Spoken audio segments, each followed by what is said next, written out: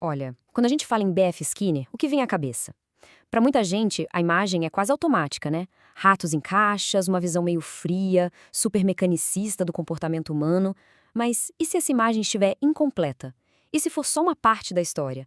É exatamente isso que vamos fazer aqui: olhar para além da famosa caixa de Skinner. Por décadas, a visão sobre o behaviorismo de Skinner foi mais ou menos essa aí da citação. Era visto como uma ilha intelectual. A crítica principal era que ele tinha se isolado, sabe? Ignorando o que rolava na biologia, na sociologia e até em outras áreas da própria psicologia. Mas a pergunta que fica é: será que era isso mesmo? E se, na verdade, o Skinner não estivesse construindo muros, mas sim tentando criar pontes? Vamos usar o próprio pensamento dele para investigar se o behaviorismo foi de fato projetado para ser uma ilha. Ok, para a gente entender essas possíveis pontes, primeiro a gente precisa sacar como a base do pensamento dele mudou ao longo do tempo. Tudo começa com uma virada de chave fundamental. No início, o pensamento era bem direto. Um estímulo, tipo uma luz, leva uma resposta, como apertar um botão, bem mecânico. Só que Skinner percebeu que isso não explicava quase nada do comportamento complexo. Ele propôs um novo modelo. A gente age e o mundo reage a essa ação com consequências. E são essas consequências que vão moldar o que a gente vai fazer da próxima vez. Essa mudança pode parecer pequena, mas olha, ela é o pulo do gato.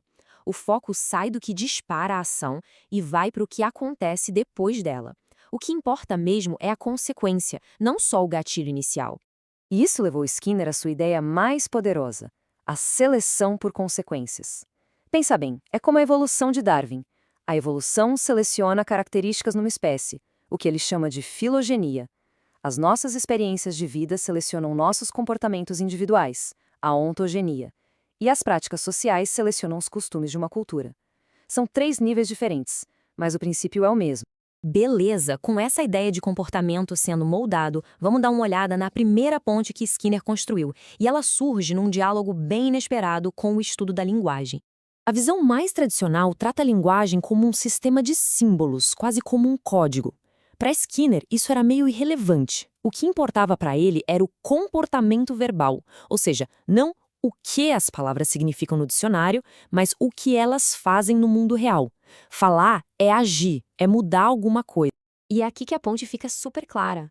Olha só como os conceitos de Skinner para falante, ouvinte e comunidade verbal batem quase perfeitamente com os do sociolinguista Mikhail Bakhtin.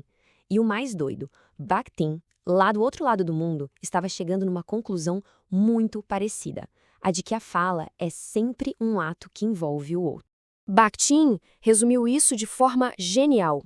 Tanto para ele quanto para o Skinner, a fala nunca acontece no vácuo. Ela é um comportamento social que é moldado o tempo todo pela expectativa da resposta de quem está ouvindo.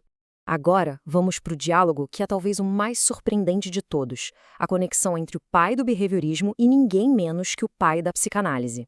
Pois é, você não leu errado. Essas são palavras do próprio Skinner, reconhecendo o valor do trabalho de Freud. Ele achou um terreno comum incrível com o pai da psicanálise, principalmente quando o assunto era a interpretação de sonhos. Ambos, por exemplo, jogaram fora a ideia de um dicionário de sonhos universal. Para entender o que um sonho significa, tanto o Freud quanto o Skinner concordavam.